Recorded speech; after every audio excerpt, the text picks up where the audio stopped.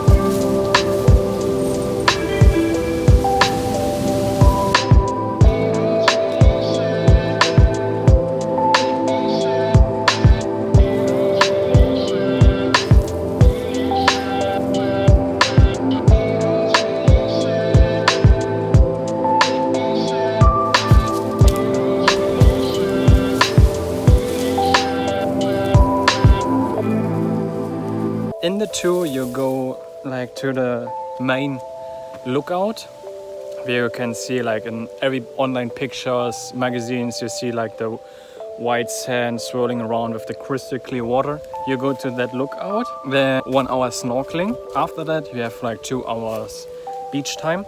Before we went snorkeling, it was like a little induction, like yeah, you put the masklet, then the stinger suit, and if you need something, do this sign, whatever. We were spotting a sea turtle, so I was pretty excited. Yeah, my first sea turtle, everything. Then we went in, and I was searching and didn't find that one.